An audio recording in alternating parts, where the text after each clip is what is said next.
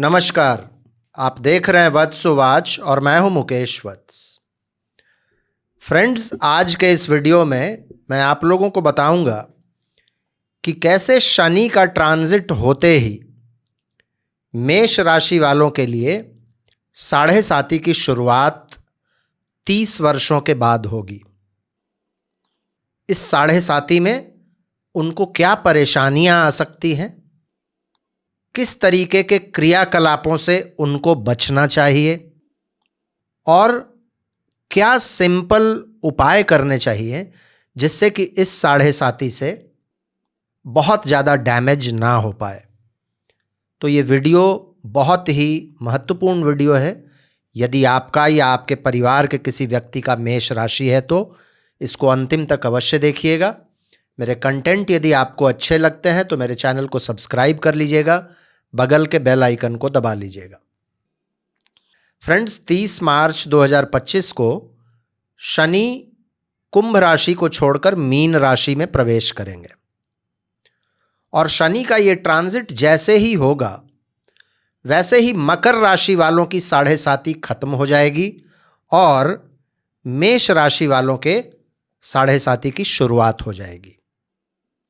साढ़े साती एक ऐसा विषय रहा है फ्रेंड्स कि इससे बहुत ज़्यादा लोग डरते हैं, लोगों को डराया जाता है। शनि के विषय में बहुत सारी भ्रांतियां फैलाई गई हैं और इसलिए हम लोग बहुत ज़्यादा डरते भी हैं।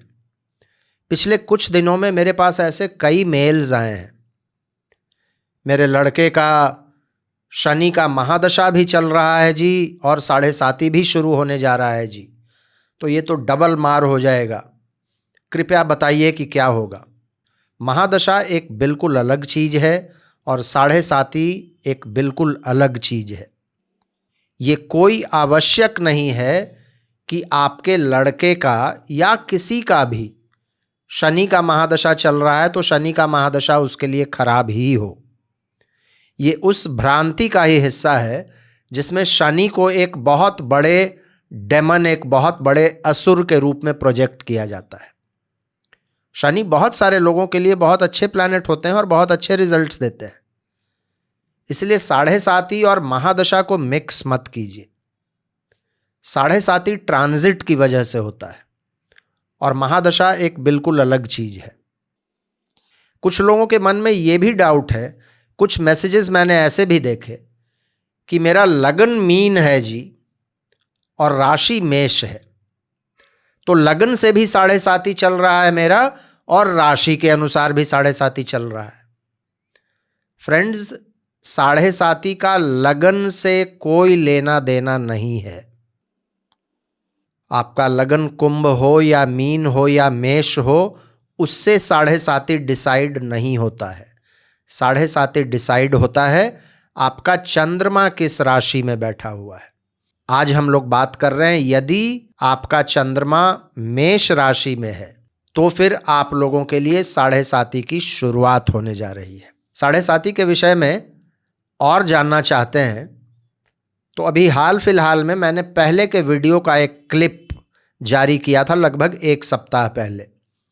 उस क्लिप का मैं आपको लिंक दे दूंगा डिस्क्रिप्शन में, उसको देख लीजिएगा तो आपके मन में जो भ्रांतियां हैं शनि के बारे में या साढ़े साती के बारे में वो क्लियर हो जाएंगी।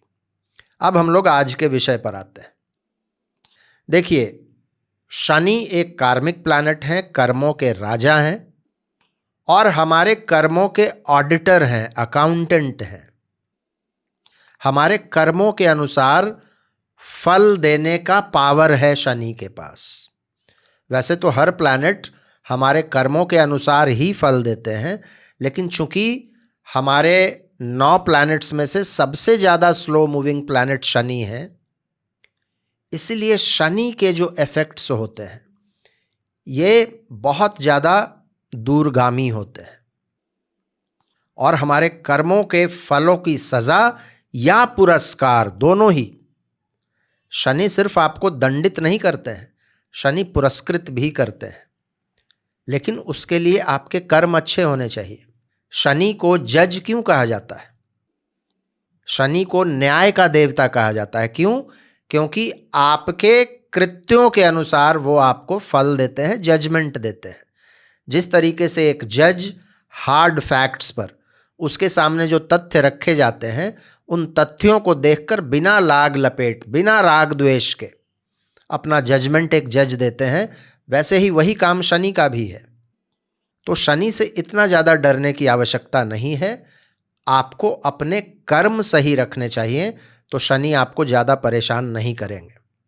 अब रह गया बात कि क्या ये 7.5 मेष वालों को बहुत ज़्यादा परेशान करेगा, क्योंकि ये भी एक भ्रांति है कि मेष राशि मंगल की राशि है, शनि और मंगल दोनों मित्र नहीं हैं, इसीलिए शनि बहुत बुरे प्रभाव देंगे।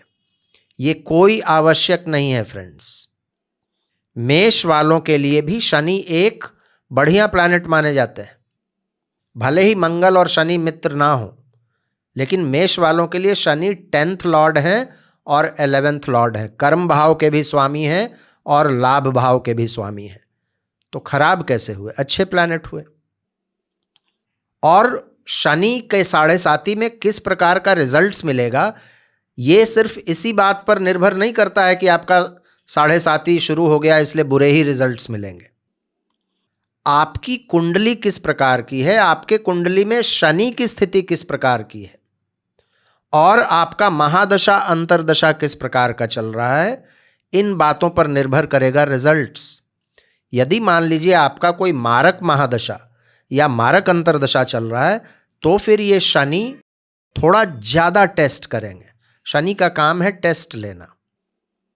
लेकिन यदि मान लीजिए महादशा अंतरदशा बहुत अनुकूल चल रहा है तो 7.5 टेस्ट करेगा, लेकिन बहुत ज़्यादा परेशानी नहीं होगी। इनफैक्ट 7.5 में बहुत लोगों को लाभ भी होता है। उस क्लिप को आप देखिएगा तो मैंने कई एग्जाम्पल्स दिए हैं। नरेंद्र मोदी का एग्जाम्पल मैंने दिया है, वो अपने 7.5 के मेन फेज में प्रधानमंत्री बने हैं। तो 7.5 से बहुत ज़्यादा मत डरिए। अब हम लोग आते हैं कि किस प्रकार के रिजल्ट्स हमको एक्सपेक्ट करने चाहिए। देखिए, जब चंद्रमा के पास शनि आएंगे तो चंद्रमा क्या है, हमारा मन है, हमारा इमोशंस है। चंद्रमा हर वो चीज़ है जिससे हमारा इस जीवन में जुड़ाव होता है और जिससे हम हमेशा जुड़ा रहना चाहते हैं, जैसे कि हमारी माँ, हमारा भोजन, हमारा घर। इन सभी चीज़ों में शनि थोड़ी सी परेशानी लाते हैं। इमोशनली आपको थोड़ा सा ये अनबैलेंस करते हैं। मन थोड़ा सा उद्विग्न रहता है, फ्रस्ट्रेशंस थोड़ा सा ज़्यादा होता है, क्योंकि शनि का काम है ऑब्स्टेकल्स खड़ा करना। और ये ऑब्स्टेकल शनि क्यों खड़ा करते हैं, ये आपको टेस्ट करना चाहते हैं कि आप किस तरीके से रिएक्ट करते हैं किसी सिचुएशन में। क्या आप अपनी जिम्मेवारियों को बिना कोई कंप्लेंट, बिना कोई फंस के हैंडल कर पाते हैं या नहीं। और यदि मान लीजिए आपके कंधे मजबूत हैं, आप मन शांत रखकर इन जिम्मेवारियों को, इन ऑब्स्टेकल्स को, इन चैलेंजेस को यदि हैंडल कर लेते हैं तो फिर यही शनि आपको पुरस्कृत भी करते हैं। 10th और 11th के लॉर्ड जब 12th हाउस में आएंगे तो काम के मामले में थोड़ा प्रेशर का अनुभव करेंगे, क्योंकि 10th लॉर्ड 12th में है। बहुत ज़्यादा अनावश्यक यात्राएं करनी पड़ सकती हैं। शनि की दृष्टि भी 9th पर है और शनि स्वयं बैठेंगे 12th में चंद्रमा से, तो अनावश्यक यात्राएं होंगी। उन यात्राओं का जितना लाभ मिलना चाहिए उतना लाभ आपको नहीं मिलेगा। 12th हाउस में जब सैटर्न बैठेंगे, 11th के भी लॉर्ड हैं, लाभ भाव के स्वामी हैं, काम पर जब प्रेशर आएगा, लाभ में थोड़ी सी कमी का अनुभव आपको होगा। सेकंड पर दृष्टि होगी शनि की, तो फाइनेंशियल चैलेंजेस कुछ होंगे। कैसे होंगे, एक तो खर्चे बढ़ जाएंगे। 12th में सैटर्न है चंद्रमा से, खर्चे अनेक प्रकार से बढ़ सकते हैं। यात्राओं की मैंने बात की, अनावश्यक यात्राओं की, उसमें खर्चे हो सकते हैं। 12th हाउस मतलब हेल्थ से संबंधित कुछ चैलेंजेस आपको या आपके परिवार के लोगों को हो सकता है, उसमें खर्चे हो सकते हैं। 12th हाउस में जब शनि बैठेंगे, सेकंड को देखेंगे तो वाणी दोष के शिकार आप हो सकते हैं। शनि देखिए चैलेंजेस क्रिएट करके आपको सिखाने का काम करते हैं। सेकंड हाउस पर जब शनि की दृष्टि होगी, आप या तो बहुत ज़्यादा स्पष्टवादी हो जाएंगे या फिर कर्कश बोलने लगेंगे, और इसके वजह से क्या होगा, परिवार में परेशानियां होंगी और अनावश्यक दुश्मनी क्रिएट होगी। अल्टीमेटली आपको रियलाइज होगा कि मुझे अपने स्पीच को सही करना चाहिए। तो शनि इस तरीके से आपको डेवलप करते हैं, परेशानियों को खड़ा करके और फिर वो उसको सुधारने की कला आपको समझाते हैं। साढ़े साती में यही होता है। सेकंड हाउस पर जब शनि की दृष्टि होगी तो फाइनेंशियल प्रेशर्स होगा। जो लोग फैमिली बिजनेस में हैं उन लोग भी दबाव महसूस करेंगे। परिवार में कलह और क्लेश बढ़ सकता है। परिवार के लोगों के स्वास्थ्य की वजह से आपकी चिंताएं बढ़ सकती हैं। आपके दांतों में समस्याएं हो सकती हैं, आपके आंखों में समस्याएं हो सकती हैं। खान पान का इस समय में बहुत ध्यान रखना चाहिए। शनि की दृष्टि 6th पर भी है, खान पान पर ध्यान नहीं होगा, हेल्थ खराब होगा। 6th पर दृष्टि है शनि की, तो फिर से सेकंड हाउस पर दृष्टि मतलब वाणी खराब, 6th हाउस पर दृष्टि मतलब दुश्मनी, अनावश्यक दुश्मनी क्रिएट होगा। कंपेटिटर्स आपको परेशान करेंगे।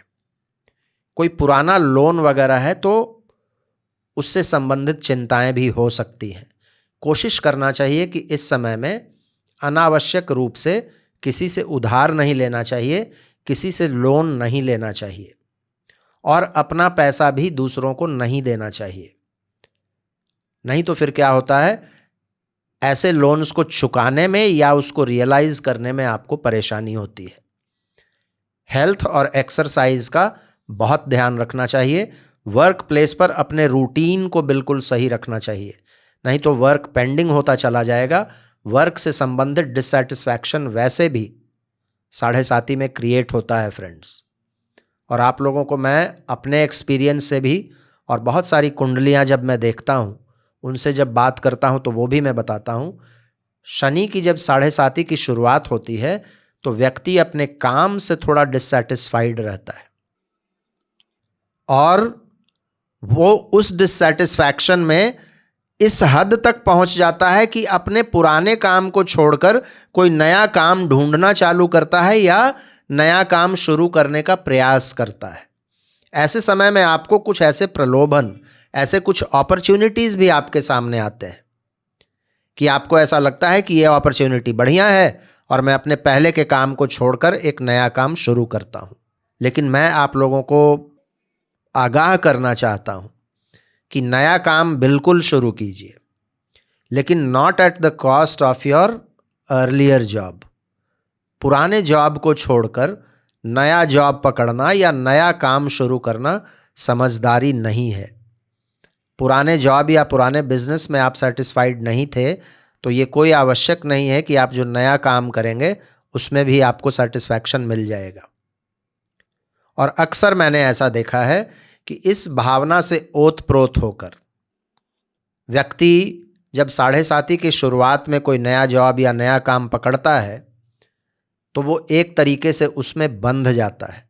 पुराना काम भी बंद हो जाता है और इस नए काम में भी अपने आप को बहुत ही परतंत्र और फंसा हुआ महसूस करता है।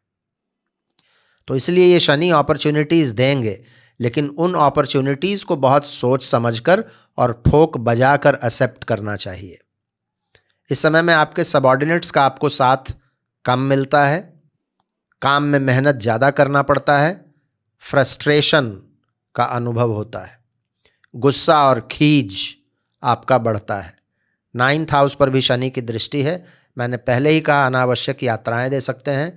9th हाउस पर शनि की दृष्टि के होने का मतलब है आपको अपने बिलीफ सिस्टम पर, अपने फिलॉसफी पर, अपने दर्शन पर, आप जिस तरीके से सोचते हैं उस पर आपको डाउट्स आने लगते हैं, सेल्फ डाउट्स आने लगते हैं, और आप अपने आप से ही डिससैटिस्फाइड होने लगते हैं।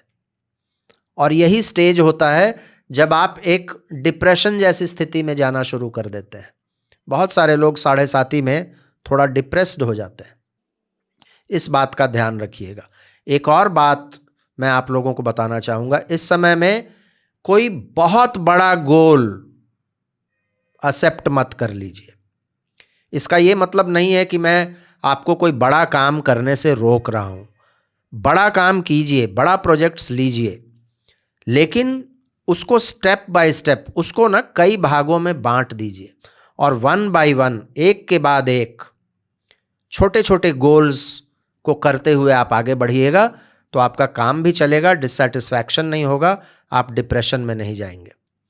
और नहीं तो फिर क्या होगा, किसी बहुत बड़े चीज़ में बिना प्लानिंग के हाथ डाल देंगे तो आपका वो काम फंस जाएगा और उससे बहुत ज़्यादा फ्रस्ट्रेशन होगा। शिवाजी महाराज की एक कहानी याद आती है।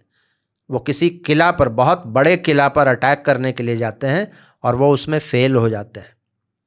और वहाँ से जब वो निकलते हैं, भेष बदल कर एक गाँव में जाते हैं, एक बुजुर्ग महिला उनको कुछ खाने के लिए देती है, खिचड़ी देती है खाने के लिए। शिवाजी भूखे हुए थे और खिचड़ी गरम गरम था, शिवाजी उसको बीच से खाने का प्रयास कर रहे थे।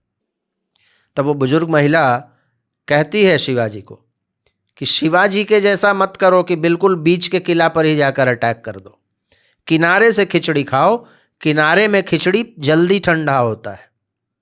और इस बात से शिवाजी महाराज ने सबक लिया और फिर वो जो छोटी छोटी किलाएं थी जिससे उस मेन किला का स्ट्रेंथ बढ़ता था, उसको एक एक करके ख़त्म करते हैं और फिर जाकर उस मेन किला पर फतह करते हैं। तो 7.5 में भी कुछ इसी प्रकार का होता है। ग्रैंड प्लान्स बनाकर सीधे आप सेंटर पर अटैक कीजिएगा तो फेलियर के चांसेस बढ़ जाएंगे। उसको स्टेप बाय स्टेप यदि करेंगे तो बहुत अच्छा रहेगा। क्या करना चाहिए इस समय में? देखिए, 12th हाउस में सैटर्न है तो सबसे पहले तो मन को शांत करके चलना होगा। 12th हाउस में जब सैटर्न आते हैं तो नींद की समस्याएं भी देते हैं। चंद्रमा से 12th में सैटर्न आते हैं तो एंग्जाइटी बढ़ जाता है, फ्रस्ट्रेशन के लेवल्स बढ़ जाते हैं। मन को शांत रखना एक बड़ा चैलेंज है। मेरा पर्सनल एक्सपीरियंस है कि 7:30 के समय में बॉडी में ऑक्सीजन के लेवल की कमी हो जाती है। शायद इसलिए हमारे बुजुर्ग कहा करते थे कि 7:30 का बहुत अच्छा इलाज है कि पीपल के पेड़ की पूजा करो, क्योंकि उनको मालूम था पीपल के पेड़ के नीचे ऑक्सीजन प्रचुर मात्रा में मिलता है। व्यक्ति जब पीपल के पेड़ की पूजा करेगा तो ऑक्सीजन का इंटेक उसका बढ़ जाएगा। पीपल का पेड़ हो सकता है शहरों में ना मिले, बहुत से लोग विदेशों में रहते हैं, एक काम तो कर ही सकते हैं, प्राणायाम कर सकते हैं, ब्रीदिंग एक्सरसाइज कीजिए, डीप ब्रीदिंग कीजिए। ऑक्सीजन का लेवल जब बॉडी में बढ़ेगा, काफ़ी रिलैक्स करना सीख जाएंगे आप, फ्रस्ट्रेशंस कम होगा, एनर्जी लेवल्स कम नहीं होगा। रेमेडीज़ के लिए मैंने एक सेपरेट वीडियो क्लिप आपको अभी कुछ एक सप्ताह पहले दिया है, उस क्लिप का भी मैं डिस्क्रिप्शन में लिंक दे दूंगा। बहुत सरल रेमेडीज़ मैंने उसमें बताए हैं, उसको आप कीजिएगा तो ठीक रहिएगा। ये जरूर समझ लीजिए कि 12th में सैटर्न है तो थोड़ा सा एकांतवास आवश्यक है। थोड़ा सा समय अपने साथ बिताइए, थोड़ा मेडिटेशन कीजिए, इंट्रोस्पेक्शन कीजिए। काम बिल्कुल सिर झुकाकर करते रहिए, फ्रस्ट्रेटेड मत होइए, दिक्कतें आएंगी। शनि चाहते हैं कि आप अपने कंफर्ट लेवल को छोड़िए और कंफर्ट लेवल छोड़ना हम लोगों को पसंद नहीं है। तो कंफर्ट जोन से शनि आपको बाहर निकालेंगे तो नो डाउट परेशानियां होंगी, लेकिन आप ये समझिए कि शनि एक टीचर हैं, वो आपको कुछ सिखाना चाह रहे हैं। नेगेटिव नहीं होइएगा, कंप्लेन नहीं कीजिएगा, पॉजिटिव रहिएगा। तो ये 7:30 आपको बहुत कुछ अंतिम में दे कर जाएगा। इसी दृष्टिकोण से इसको आप हैंडल कीजिए। 7:30 के विषय में और समझना चाहते हैं तो मैं पहले वाला क्लिप भी दे रहा हूं और रेमेडीज़ वाला क्लिप भी दे रहा हूं। उन दोनों को यदि देखिएगा तो 7:30 के विषय में आपकी समझदारी और थोड़ी सी बढ़ जाएगी और आप ज़्यादा परेशान नहीं होंगे। मुझे उम्मीद है आप लोगों को आज का यह वीडियो अच्छा लगा होगा, लॉजिकल लगा होगा। वीडियो यदि अच्छा लगा हो तो इसको लाइक कर लीजिएगा और भी मित्रों के साथ शेयर कीजिएगा, हो सकता है उनको भी इसका लाभ हो जाए। अपना प्यार, अपना आशीर्वाद इसी तरीके से मुझ पर बनाए रखिएगा। आज मैं अपनी वाणी को यहीं विराम देता हूँ। फिर से मुलाकात होगी अगले किसी वीडियो में किसी और विषय के साथ। तब तक के लिए बहुत बहुत धन्यवाद। हर हर महादेव। भारत माता की जय।